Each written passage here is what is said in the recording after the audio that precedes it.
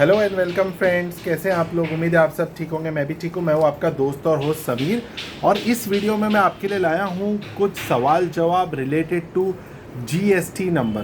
तो हमारे जो दोस्त हैं आज हमारे साथ में हैं, ये मेरे पास जीएसटी का रिटर्न फाइल रजिस्ट्रेशन करवाने आते हैं। तो इनके मन में कुछ सवाल है जो ये पूछना चाहते थे।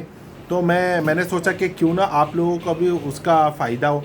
इनके बेसिक सवाल है, ये जो है वो एक छोटे मोटे से व्यापारी है साड़ियों से, साड़ी के बिजनेस में। तो आइए इनके सवाल जानते हैं और उसके जवाब देंगे। यस सर, आप अपने बारे में कुछ बता सकते हो। हाँ, मेरा नाम जाहिद अंसारी है। तो ये मेरे सर अवेश है, तो इनके पास मेरा अकाउंटिंग होता है सब।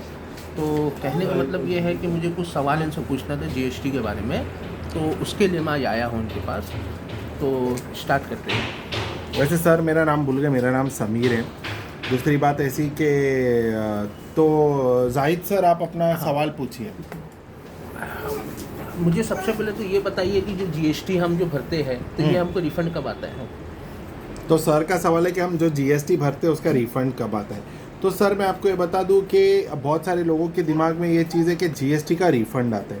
तो जीएसटी का रिफंड कब आता है? देखो, जब आप सेल करते हो या परचेस करते हो तो आप बिजनेस के अंदर जीएसटी भर रहे हो। कभी कभार आप जो परचेस करते हो उसमें आपको आईटीसी मिलता है। पता है आईटीसी क्या होता है? नहीं। आईटीसी का मतलब होता है इनपुट टैक्स क्रेडिट। ओके। तो ये जो इनपुट टैक्स क्रेडिट है ना, ये कहाँ से और कैसे मिलता है पता है? कि समझो आपने 10 लाख का साड़ी खरीदा। ओके। अब साड़ी पे क्या जीएसटी का रेट है? आप समझो 5% लगता है। 5% है। तो 10 लाख की साड़ी पे 50,000 रुपये जीएसटी का रेट है। तो जब आप 10 लाख की साड़ी खरीदते हो तो वो आदमी को आप शायद 10,50,000 दोगे, वो आपको बिल देगा 10,50,000। तो जो 50,000 आपने उसको दिया वो जीएसटी है। ओके। लेकिन आपने किसको दिया? उसको दिया, सरकार को नहीं दिया, व्यापारी को दिया, सरकार को नहीं दिया। ठीक है। तो वो व्यापारी की जिम्मेदारी है कि वो 50,000 जो आपसे जमा किया है ना, वो सरकार को दे आपके जगह पे। तो आपको मिलेगा आईटीसी, मतलब इनपुट टैक्स क्रेडिट। ओके। समझ में आ रही है आपको बात? हाँ।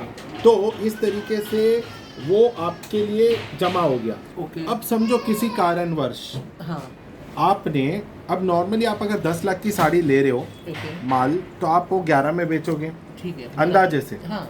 ठीक है। तो अगर 10 लाख पे 50,000 है तो 11 लाख पे कितना होगा? 55,000 होगा। 55,000 बराबर।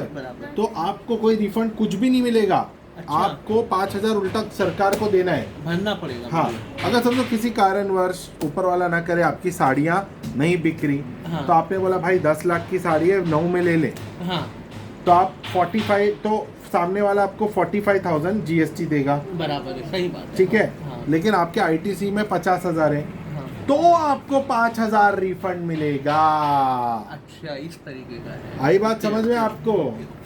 तो नुकसान में बेचोगे तो रिफंड मिलेगा, बेच रहे हैं नुकसान में तो रिफंड चाहिए कि मुनाफा चाहिए? मुनाफा चाहिए ना यार। तो मुझे उम्मीद है दोस्तों आपको समझ में आया होगा कि जीएसटी रिफंड का क्या फंडा है। और इसके अलावा जीएसटी रिफंड मिलना आसान भी नहीं है, मुश्किल भी नहीं है, बहुत पेपर वर्क करना पड़ेगा। तो मेरी आप लोगों से ये राय है कि जब तक आपका कुछ अच्छा खासा रकम का रिफ़ंड पेंडिंग नहीं है, जैसे कि 50,000 60,000, तब तक उसको जमा रहने दिया जाए। उसके बाद आप क्लेम करें तो बेहतर होगा, ताकि आपको प्रोसीजरल अगर जो प्रोसीजरल फॉर्मेलिटीज़ आप कर रहे हो तो उसमें आपको मेहनत लगेगी। तो मेहनत कुछ वर्क तो होनी चाहिए ना। 40-50,000 का रिफ़ंड है, फिर मेहनत करो, तो जमा रहने दो फिर करो। तो ऐसा मेरी राय है, पर्सनल ओपिनियन है ये। हो सकता है आपका कुछ और सोचो।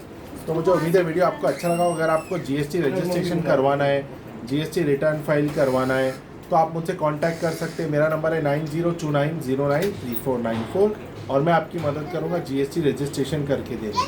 Thanks for watching, bye bye, take care.